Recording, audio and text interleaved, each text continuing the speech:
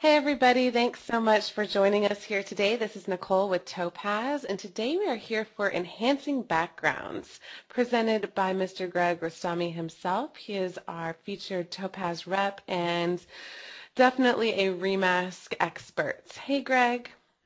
Hi, Nicole. How you doing, everybody? This webinar is co-sponsored by us and PhotoBacks. So Greg is going to be introducing you to some of their backdrops that they have available. Let me tell you a little bit more about what we're going to be going over today, and then I'll hand it over to Greg. Basically, again, we're talking about enhancing backgrounds, and if you have, let's say, a boring sky and you don't really know how to replace your sky in the image, you'll definitely get a lot out of this webinar. Greg's going to be going over how to work with layers and merging multiple images together realistically to replace any boring backgrounds and actually get some more interesting images than you might get out of the camera. So with that, I'm going to go ahead and turn this over to Greg. Thank you. Thank you very much, Nicole. Hello, everybody, and welcome to this co-sponsor between PhotoBacks and Topaz. And as Ashley said, we're going to dive right into using Topaz's ReMask along with the beautiful backdrops from PhotoBacks to get some pretty amazing results from your photographs. I'm going to start with a photo that I was working on yesterday just so you can see what kind of realistic results you can get here using the combination of Topaz ReMask. You can see that in the photograph, we've got Our Lady standing on the side of, it looks like there's a pier there with the boats in the background and the clouds in the sky. Well, that's not the original photograph. This is the original photograph. So there was a little bit of a lack of drama with clouds in the sky that we want to be able to now introduce using Topaz ReMask. Now, one of the nicest things about creating a mask using ReMask is that it allows you to instantly do some experimentation. So if you're not happy with this set of clouds over here, you can easily change for another set of clouds and see if you like a composition of the other clouds. And usually when I bring a layer of clouds into a background of the photo, they're usually a little bit longer, I should say larger, than the image that I'm working with. So it's always nice to be able to, as you can see here, slide some of these images around. So again, you can actually do the composition the way you like it. So let's get started and show you exactly step by step how this is all done. So what I'm going to do is make a duplicate of this layer. I should say a duplicate of this particular file so that we can go back to it later on if we ever need to. And also, let's get rid of everything that we had done before so that the only thing that we're going to have in our image is going to be our original image that we're starting out with. Now, usually when I just load in an image, it's either RAW or JPEG, and all I have is just the background. And what I would do at this point is I would make a duplicate of it. So it's going to be either Control-J or Command-J on the Macintosh. So I'm going to select the duplicate, and under Filter, we're going to pull down the Topaz Labs Topaz ReMask. So here is now the ReMask interface. By default, Topaz gives you a thick blue brush. By the way that I'm currently changing the size of that brush is by using the left and right bracket keys, which are exactly the same as they are actually in Photoshop. So you're going to make a moderately thick brush. I usually like to zoom in around the topic that I'm going to be outlining, and I just start doing a really, really rough outline. So you don't have to be really accurate as you do this. Just a quick little outline here is really all you need. So we're going to go around here really quickly. So let's get some of the hair detail in here as well. And let's come around. Now right now I'm just using a mouse for this presentation. You don't have to necessarily use a mouse. You can use a tablet as well. But a mouse tends to work out actually pretty well. So just a rough outline is what we need. And then you're going to notice that there's little areas like the hole that's right there through her watch. Make sure you cover all holes and semi-transparent areas with the blue, because later on this is going to be very imperative because we really want to get all the most subtle of details to be represented correctly because it's going to add to the realism of your composite. So once we're done doing this quick outline, You have the outline now in blue. Now blue, by the way, tells Topaz ReMask the areas that it's going to think about. Those are called the transition areas, or we like to call them the compute area. So once you do that, grab the red bucket fill, and you're going to red bucket fill the things that you don't want. So anything that you want to be a part of the background, that's going to be in red. And here's where the magic of Topaz comes in when you click the compute mask button. So it does its calculations, and ta-da, there is now our first mask. Now, at this point, usually what I do is instead of looking at it as a mask, sometimes I'll actually change it over here to the keep channel. So that allows me to see what the mask looks like against a solid background. Now, let's for a moment just go back to the mask. And as I zoom in closer, I'm going to kind of go around the edges of the mask and see areas that I can clean up. For example, I can see there's a little area right here that should be more transparent. So I've grabbed the red brush, which is identifying the things you want to cut or the background. Let's make the brush quite a bit thinner and just kind of draw a line right through there. And you can see that if I go into a dual screen over here, it's going to show me I can select on one side what the image looks like, which is correct. On the other side, I can select the keep. So now I have a one-to-one correlation. On the left side, I see the original photograph. And on the right-hand side, I'm getting a chance to actually see the composite as it develops, in this case, against the white background. Now, by default, Topaz allows you to change that background color to be whatever you want. So it says here, set background color. By default, it comes up to be somewhat of a medium gray, which is a great way to start because if there are going to be any kind of dark or light halos around the edges, we'll be able to see that. And we are getting some of that right now, but in a moment, we'll get rid of that as well. So now I can see some of the blue from the original background is still bleeding through the sides of the tree. So let's grab the blue brush. Let's make it just a little bit thicker. I'll draw a little line through that, and that's going to make that area a little bit more transparent as well. Now, essentially, at this point, what you really want to do is just come around the edges of your subject. And as I'm coming around it, I can see, there's a little area here that needs a little work right here. That's supposed to be solid, whereas here, as we can see, it's transparent. So I'll grab the green brush, which identifies the keep area, and let's go ahead and click on that. And I really urge all of our users to learn the keyboard shortcuts that we have here at Topaz. So when you put your cursor on anything, it tells you, for example, for the keep brush, the keyboard shortcut is Q.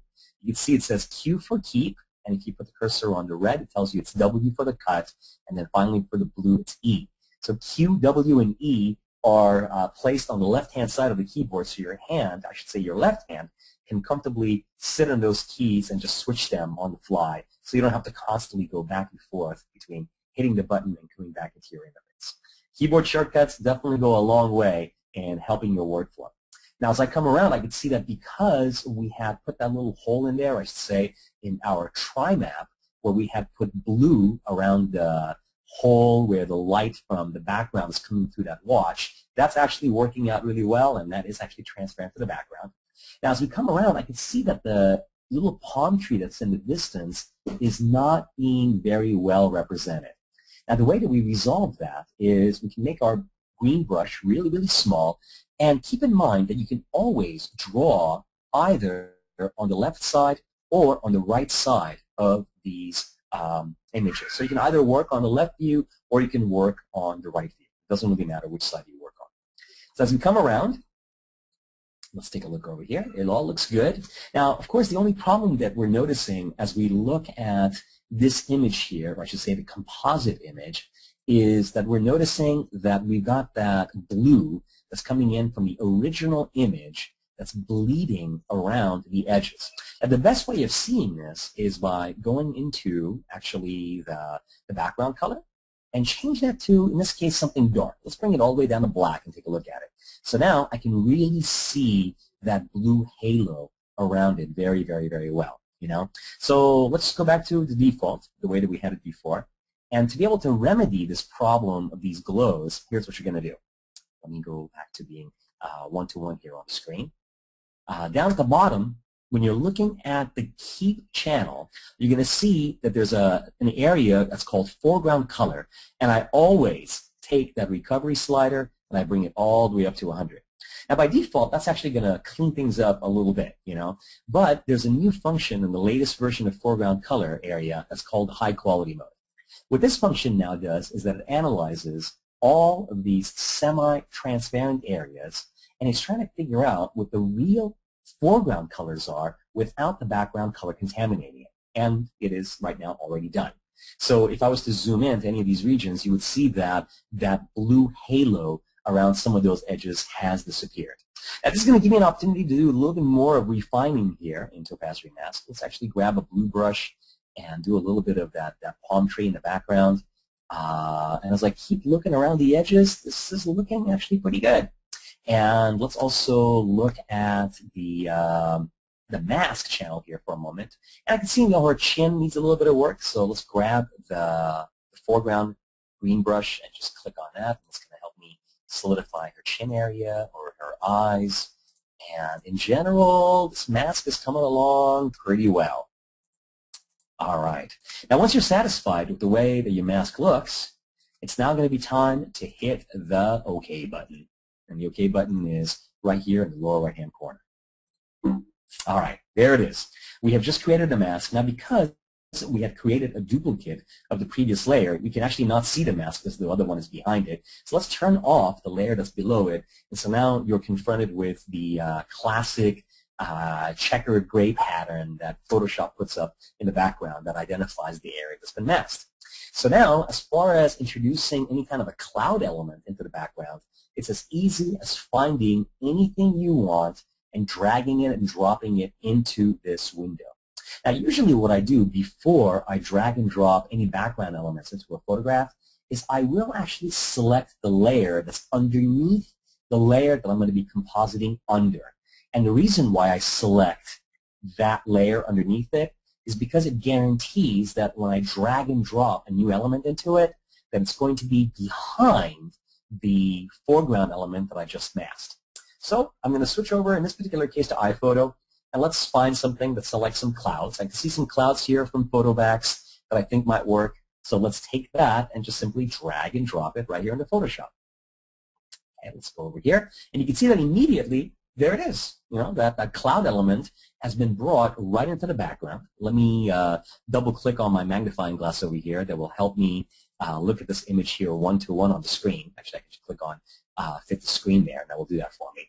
The other thing is I already know that this cloud element is rather large. So at this point, usually what I do is I would use Command-T or Control-T on the PC to put a big rectangle around the entire background image that's there. Now, right now, this image is so big that we cannot see it on screen. It's actually extending past the borders of the screen. So usually at this point, after I hit Command-T, I'll hit Command-0 that extends or zooms out so far that it allows me to see the extent of that brush, or I should say the extent of that image. Now, it's going to allow me to really easily just move or zoom that image around. And what I'm really looking for right now is I'm looking for an attractive composition as I do all this. So let's keep that a little bit smaller. So we're getting things that would be reminiscent of the clouds disappearing into horizon. I'll zoom in a little bit. Let's take a look at what that looks like. It actually is beginning to look pretty good. Yeah, right about there should be good. And as I go over to this side, that's just a little too bright. But as I come over to this side, this might be a little bit better. So when I like the composition, I'm going to hit the Enter key, and we are now done.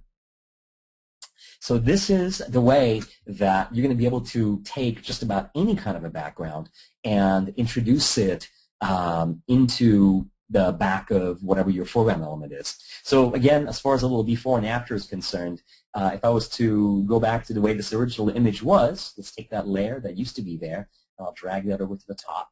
So this is the way that we started with just a pretty boring sky, and here's the way that we have it now.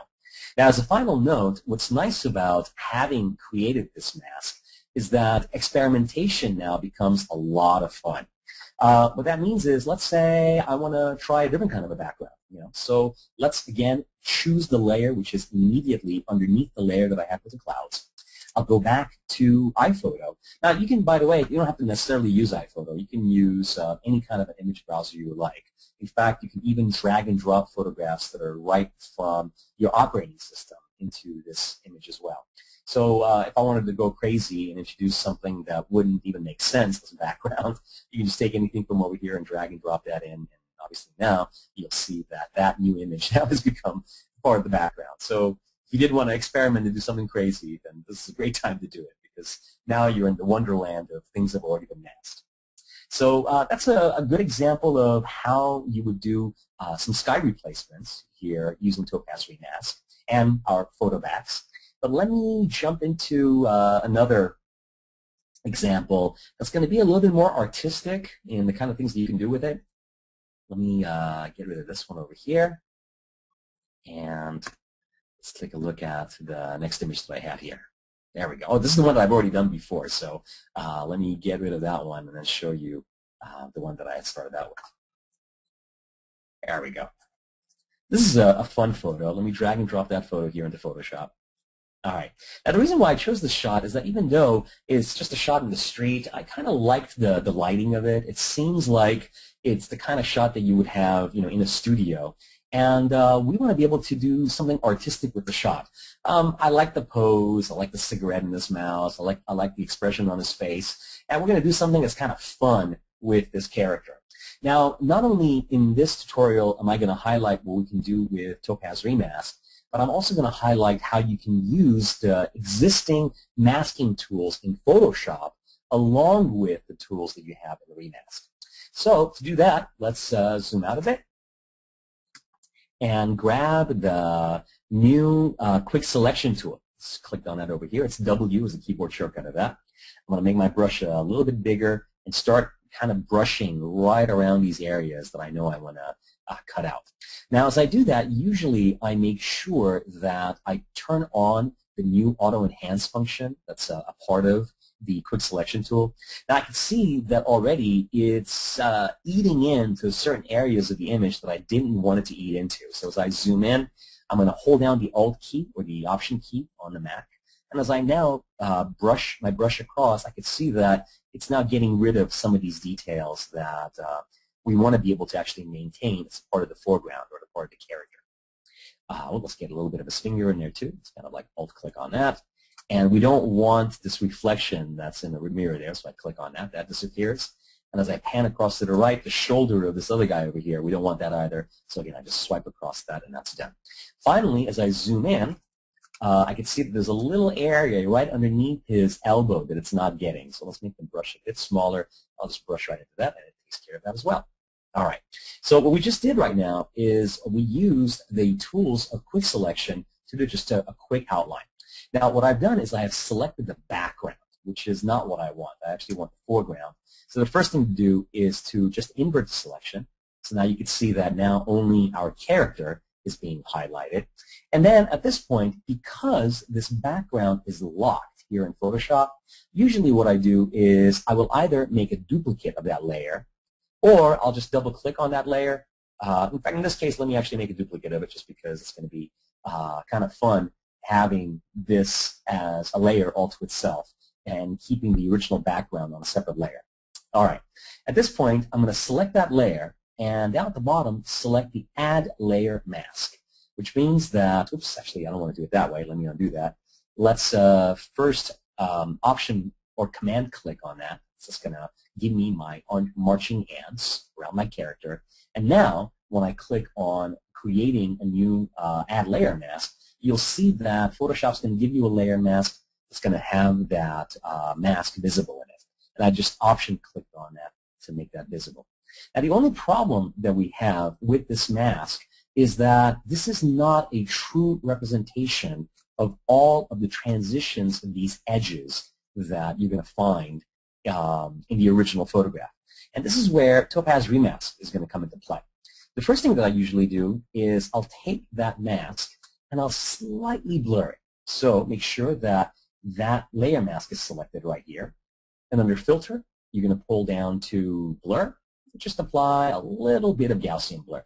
Usually just a radius of 1 tends to work out pretty well, and you're going to click OK. All right. So now we've added just a slight amount of blur to it, and we will now select back the RGB part of that image. I'm going to remove the background, and this is where now we'll jump into Topaz Labs Topaz ReMask. All right. Now you're noticing something really fun is happening. What's going on is that ReMask, you know what? There was a little bit of the background that it's not considering right now, but that's okay. We'll look into that a little later on. You can see that what's happening is that Topaz, because we started with that layer mask, and because that layer mask was a little blurry, it took anything in that layer mask that was white and it has assigned it to the green part of our tri-map. Remember that green tells ReMask the things that you want to hang on to. And then it takes anything that's black, which you've already identified as a part of the background, that's already made that red here in our tri-map. And now, of course, the areas that are going to be blue, which are the areas that we want ReMask to compute, those are in blue. So this is in contrast to what you would have to do if you actually were in ReMask and you had to manually outline that entire character. Now, that would have taken you longer to do, and then with the mouse, it's not so much fun. But you can see that by mixing the selection tools in Photoshop along with ReMask, it makes this selection tool quite a bit easier. Now, as I zoom in, I can see it's not quite perfect. Like, for example, here, that blue has kind of bled into it. So I'll grab my green brush and just touch that up a bit. I can also see that this little loop-de-loop on the side of this helmet has not been considered. So I'll click on my blue brush, which is the compute brush. I'm going to make sure that I cover some of these details because, again, remember, the details is what really makes the mask work. All right, time to click on the compute mask button and see the magic happen. And there it is. Immediately, we're going to get ourselves a really, really beautiful mask. Now, as always, we can always jump in and try to clean up that mask. And I will put these images side by side so I can see, for example, what the original image looks like versus the keep channel. I can see that little loop-de-loop is not really being represented correctly, so let's click on the green brush, which represents the foreground. Make the brush considerably thinner. I'll just kind of go in here and green brush that in. And you notice the moment that I let go of the mouse, immediately up here, it's been updated. So it's really, really cool. It gives you such a quick way of creating that mask immediately.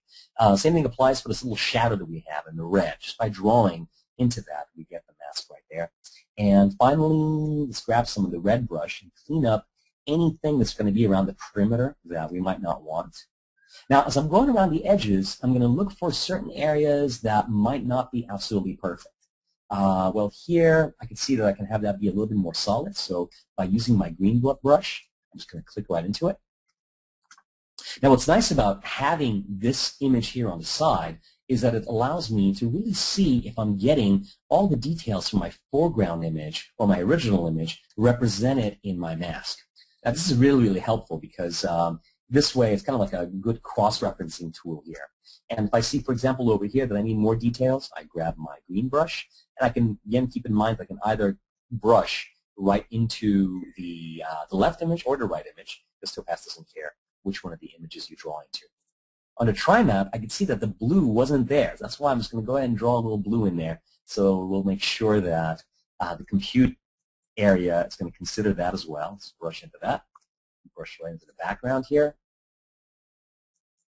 All right. It's coming together. Let's keep going around the edges. Let's get that transparency to come through. Click on the blue brush and glue that just a little bit there. Now that hole has become transparent. And his finger is looking pretty good as we come around. His shoulder is looking nice. Now, one of the things that I'm noticing is that because this image is a JPEG, I can see that sometimes the JPEG artifacts are getting in the way of ReMask trying to compute the mask.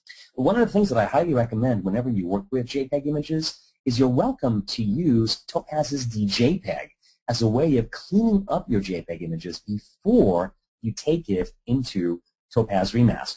Now, Topaz DJPEG is a very, very powerful tool, and it's one of its primary purposes was to actually be used as a way of eliminating some of these JPEG artifacts for compositing purposes.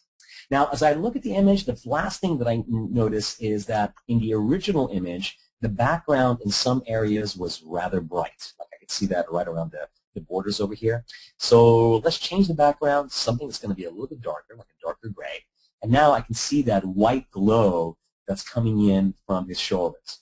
And we already know what the solution there is. As we go all the way down to the bottom, take foreground color recovery, crank that all the way up, turn on our new high quality mode, And as always, the computer is going to go through the calculations, trying to figure out how to get rid of those glows around the perimeter of your subject. Ta-da! We're done. So if you're happy with the way that your mask is looking right now, and this actually looks pretty good, let's click on the OK button right there. All right, there we go. So now this is a much more accurate mask than the one that we started out with, and we got all the little details that we were missing in the original one. And finally, it's time to do actually a composite. So let's grab one of our backgrounds from our PhotoBacks collection and just drag and drop one in. Okay, now remember what I was saying about making sure you click on the layer that's right underneath the layer that you just selected? Okay, so as I go back, grab one of the layers that we have over here. You know, I really like this particular image right here because I like the texture, I like the curve that's there, and I like the color too, and I think it's going to go well with the subject. So let's just drag and drop that in. Immediately, once you drag and drop it in, there it is. It appears right in the background of our subject. And as we look at it, this looks great. You know, this is exactly the kind of mood that I wanted to create with this image. Now, since we have dropped out so many of the sides of the image, I think that this image is going to probably work out better actually in more of a portrait mode instead of a landscape orientation. So let's once again hit Command-T on the computer. And let's take that background and scale it way down so I can see more of the details of this. Zoom in a little closer so I can see that better. There we go. Scale that in too. Let's bring it in right around here. Oh yeah, beautiful. I like that. Let's zoom right into it, see what that looks like. That looks great. Let's hang on to that as our new background. And finally, let's also throw in a little bit of a grunginess to this. One of the things I like to do whenever I bring in a different background in the image is I would like to replicate the layer that I have for the background by using, again, Command-J, and I'll move it above the subject matter and use different kinds of blending modes. Let's try, for example, a little bit of multiply. That's kind of weird, you know. So now it's just making the image all red, or you can try maybe a little bit of a color dodge or a color burn. And now some of the textures from that background are being reintroduced on the top of our foreground character. So that's up to you if you want to do something like that. I'm going to turn that off. So this is going a little too crazy now for us. Go back to the image the way that it was before. And finally, if I know that my landscape is no longer going to be portrait, but it's going to, I should say, no longer landscape, but portrait, I always like to use at this point just the trimming function, which is right here under Trim. We want to trim out all the transparent pixels. We click OK, and that's going to perfectly crop our image to the way that we like it. So we get a nice pyramid, kind of a symmetry there for our character. And since the background, or I should say the foreground has already been masked, this is a great time now to experiment. So this is where all the fun starts happening, where you just drag and drop something else into it and see what that's going to look like. So there it is, now a totally different kind of a background. Again, Command-T immediately, Command-0, and just grab the corners. Make sure you're holding down the Shift key, by the way, as you do any of these manipulations, because that's going to help you keep the aspect ratio of your resize correct. That Shift key is pretty important. So let's see if that's what this is going to look like right here. And if I like it, I hit Enter. Let's go to it 1-to-1. Yeah, maybe not as crazy as the one that we had with the red, so we'll just go ahead and stick with the red. But all these beautiful backgrounds that PhotoBacks supplies for us gives you a great way of just jumping in and experimenting to get exactly the mood that you're looking for. So that pretty much, I think, wraps it up for what I wanted to talk about as far as mixing some of your beautiful PhotoBack images along with Topaz ReMask. All right, thank you so much. Greg, I already have some great questions to ask you. Yes. All right. Let's see here. As far as your personal workflow, Sylvia asked, are you recommending that they mask in Photoshop or a host program first before they take it into ReMask, or how do you decide that? The way that I decide that is I kind of look at the subject matter and I decide, how fast is it going to be to outline the character in comparison to doing it using just like maybe a color selection tool in Photoshop or even the either a magic wand tool or even the quick selection tool. I mean, it's kind of, I do it on a one-to-one basis. Like you probably remember that when I was doing the girl with the clouds, I actually chose not to do it that way. Mm-hmm. Surprisingly, yesterday, when I was putting together this presentation, I did do that outline using Photoshop, but I noticed that it really wasn't really gaining me that much time, that it was just as fast for me to do the outline by hand than it was to go through Photoshop's tools and trying to find what that background was going to be. So I kind of call it based on how complex things are, Mm-hmm. things that are as simple as what we have here with the lady looking back and a horizon back there. Usually I would choose to do the outline just right inside of Topaz ReMask. But things that are going to be a little more complicated, like maybe trees or more complex fencing or things like that, I might choose to use some of the tools that are within in Photoshop to start it off with and augment those tools and finish those tools off using Topaz ReMask. Okay, great. Well, speaking of this image here with the lady, I had Robin ask if there was a good way to soften the edges of the woman against the background so it doesn't look like she's kind of, sitting on top of it. And, do you have any recommendations for kind of a more blending tools within ReMask or Photoshop? Yeah, yeah. Well, first of all, one of the things that you have to keep in mind is the highest priority of Topaz ReMask is not to blur your edges or to make them too sharp. The priority of ReMask is to get the edge to be exactly like the edge that was in the original foreground versus the background. And then to kind of highlight that here for you, what I want to do is show you what the original photograph of this lady looks like. If you look at her against the background over here, you'll notice that the transitions that are there exactly match the transitions that she now has against this new background. So ReMask has not in any way blurred that transition or artificially made it too sharp. Now, to answer your question, at any point in ReMask, if you wanted to use the tools that are in Photoshop to further blur those edges, you're welcome to do so. So let's say for this particular mask that we created, let's show you what that mask looks like, which is this one right here.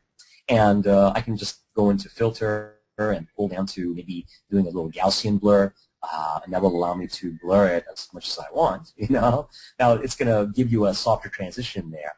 But from even within Topaz ReMask itself, there is a tool that allows you to sharpen some of those edges a little bit more. But I have found that just by simply keeping with the defaults of Topaz ReMask, you're going to get the best results.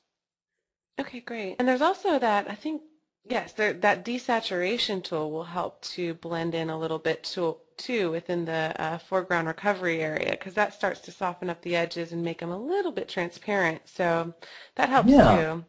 Yeah, with wedding veils, actually, that works out really, really well.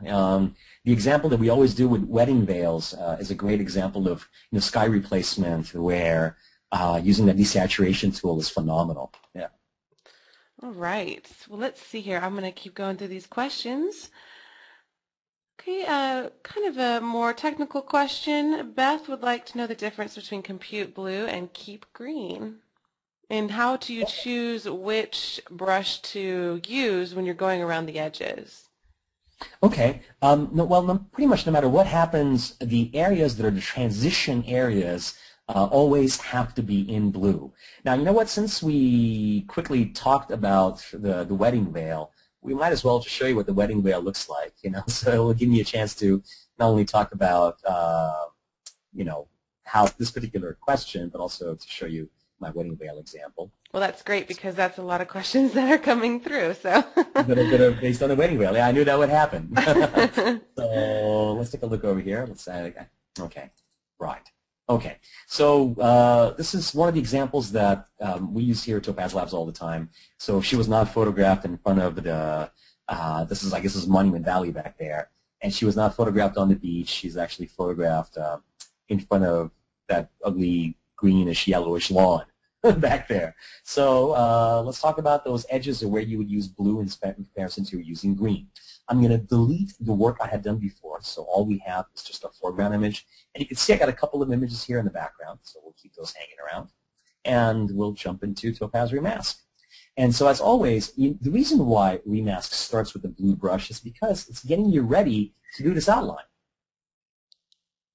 So anything that's going to be a transitional area that's semi-transparent. Now keep in mind that all edges against backgrounds are semi-transparent. So that's why you want to do anything that's an edge blue. Now you're noticing that I'm making the brush big enough so it covers some of the semi-transparent areas that are showing the background on the left-hand side of our bride as well.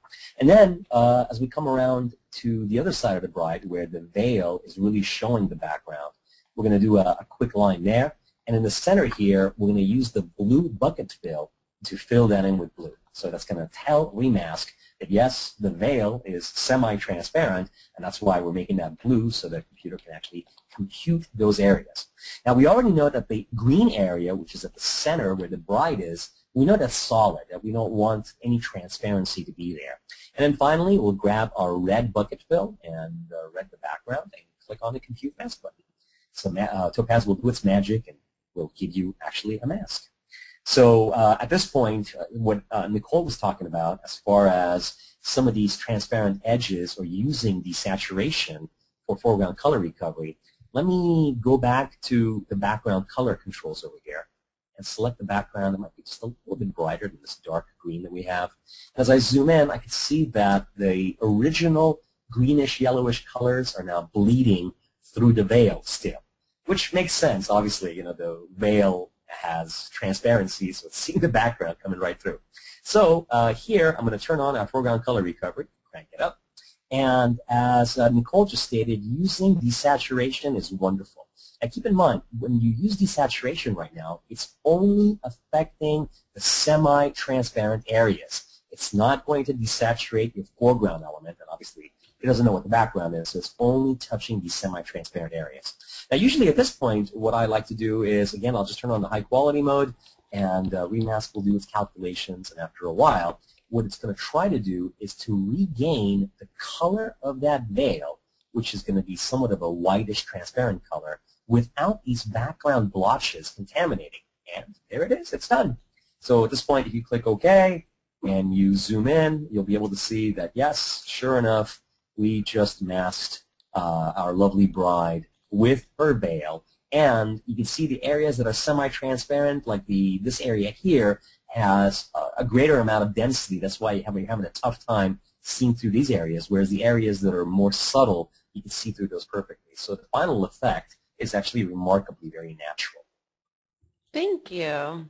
All right, I have a couple more technical questions coming through. Let's see here. Frank asks, would you please go through the process of scaling the background to the mask image step by step? And I have a few other people asking that.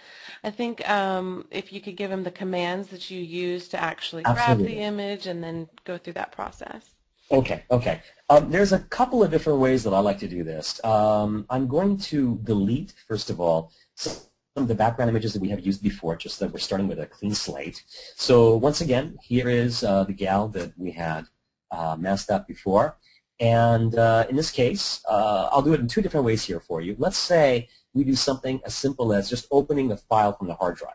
So I'm going to go into my folder over here, which is the folder where I have some of my PhotoBack images, and grab any one of these images. Let's say I grab this sky image that's right over here. Okay, I just double-click on that, and there it is. We just loaded an image here into Photoshop. Now, usually at this point, what I'll do is I'll make sure that I can see the tabs that are here across the top of Photoshop, and then I will grab my Move tool over here, which is V for victory on the keyboard, and I'll literally grab it and move it into the layer or the image that's going to have that cutout. Now you notice that the moment that I drag and drop it into that, in the final image, this image is going to show up as a different image. I don't know why it's not doing that right now, but let me try it again. All right. So there's the image that we wanted. You know, if I wanted to move that, I think one of the ways I can do it is if I just double-click on the background to unlock that layer. Double-click on it, click OK. And so now let's take this particular layer here. There we go. And drag and drop it into our girl with the clouds and let go. So now you'll notice how because I had the layer of the girl selected, it has placed the image of the clouds on the top of that layer. In fact, you can see that here very well. Well, we don't want that. We want the clouds to be behind the girl. So we'll take it and just drag that below. And so now let's go back to our image here. Now, we already know that this image is too large for this composition. So at this point, what you want to do is choose Command-T or Control-T for the PC or Windows.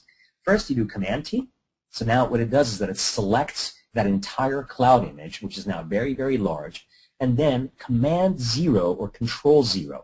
And what that's doing now is it's forcing Photoshop to show you the bounding rectangle of that image. And as you can see, it's zooming all the way out to show you exactly how big that image is in comparison to the image that you're going to be pasting into. Now, I hold down the Shift key on the keyboard, and I scale. I'm just dragging any one of those corners, and I'll move the image. Now, as I'm doing this, I'm constantly looking right behind her. If I can't see it very clearly, I will zoom in by holding down the space bar and hitting Command or Control like a PC would. All right. Let's scale again. I'm holding down the Shift key, scaling. Okay, I'll hold down Shift key again. Now, again, what I'm trying to do right now is to get a feel for the scale of the clouds. Now, it very well might be that I like the scale of the clouds to be this big, you know, which it's up to you. That's an artistic choice you're going to make. But I think I'm going to be more satisfied with getting a little more detail out of it. So once you are satisfied the way that it looks, you can either double-click in that window or you can just hit the Enter key on the keyboard, and now you are all set. So I'll make that fit into the screen over here so you can see exactly what that looks like. And that's what happens if you are just opening an image into it. The other way you can do it is if you are interested in dragging and dropping, which I highly recommend. You're going to go into any host program that has your images in it. In my case, it's iPhoto. And you're going to find an image that you want to drag and drop in. So let's say we want to drag and drop in something a little bit more weird and strange. How about we take this interesting kind of like a fractal cloud pattern, and we just grab it and drag and drop it right here into that. And so now you can see that, yes, there's that image that's now in the background. And then again, the same keyboard shortcuts as before. It's first Command-T, and then Command-0, and then just hold down the Shift key, size that in accordingly until I get it the way I like it. And I'm going to move around until I see a composition that I like, and I like this composition right here. I hit the Enter key, and once again, ta-da! We just introduced another crazy background into the image there. I hope that answers your question there. Yes, it does. I know I saw quite a few questions about the shortcuts and how you were going from back and forth on your shortcuts in ReMask from all of your brushes to go from red to green so quickly without having to click on the buttons. Yeah. I'm just using either Q, W, or E. Now, if you look down on the QWERTY keyboard, you'll notice that the Q, W, and E are side by side, and they're all the way on the left-hand side of the keyboard. So for a right-handed person, this ends up working out perfectly. So when I'm using ReMask, my right hand is either on my mouse or it's on a tablet, and my left hand is my three fingers, my first three fingers are resting on Q, W, and E. If you really want to know, my index finger is resting on the E. You know, so that's basically how I work. And so because Topaz gives you a feedback as far as the color of the brush actually changes, even though if I accidentally, let's say if I wanted to, paint with the foreground brush, or I should call it the heat brush, which is green, if I accidentally hit W, which is actually the red brush, I'll see that I've made a mistake because the brush actually turns red.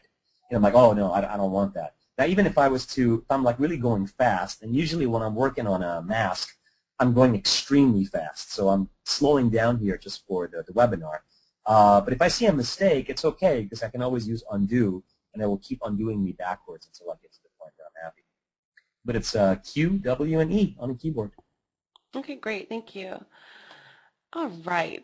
Robin asked a good question, but I think it can be applied to a lot of different plugins. She's specifically asking about lens effects. She says once the background is composited, can you then take the composite into lens effects to apply selective focus or other lens effects, or for that matter, any Topaz plugins or any other plugins for that matter? Yeah, no, I think that's a great question. One of the things that's great about lens effects is that it's going to give you a more realistic kind of a depth of field effect. So if you're working with a composite that requires a more exaggerated kind of depth of field, instead of using things like a Gaussian blur for the background, I definitely recommend putting your background through lens effects. As a matter of fact, at this image that we're looking at here right now, let's click on that background sky layer, go under Filter, hold down to Topaz Labs, and choose Topaz Lens Effects. And you'll be able to see that, updates available. No, it's a update later. That's cool. Yeah, new version of Topaz Lens Effects coming out. All right, so here's the image. So if I wanted to, let's say, apply a little bit of a preset from our SLR lenses over here. Let's do a little 50mm action.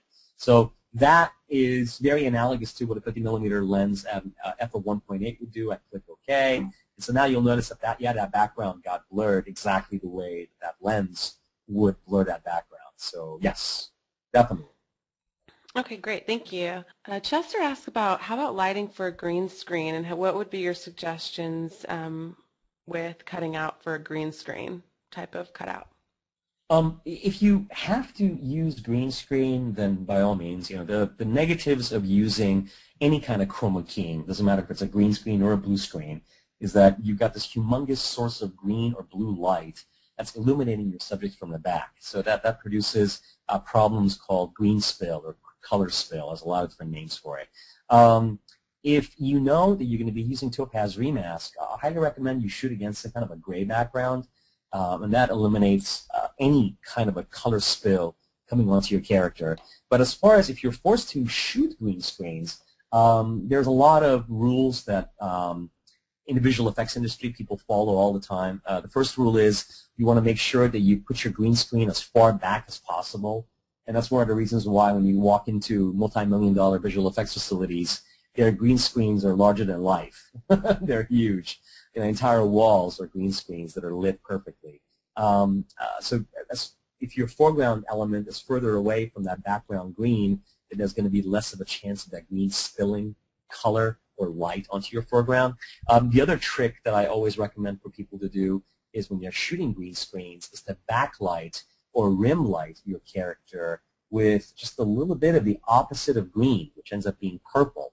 So if you want to put a little bit of a violet or a purple gel on your light, that's going to negate the green that's coming back there from the green screen. And that really helps things out, and it makes your rim lighting actually look white instead of it looking green.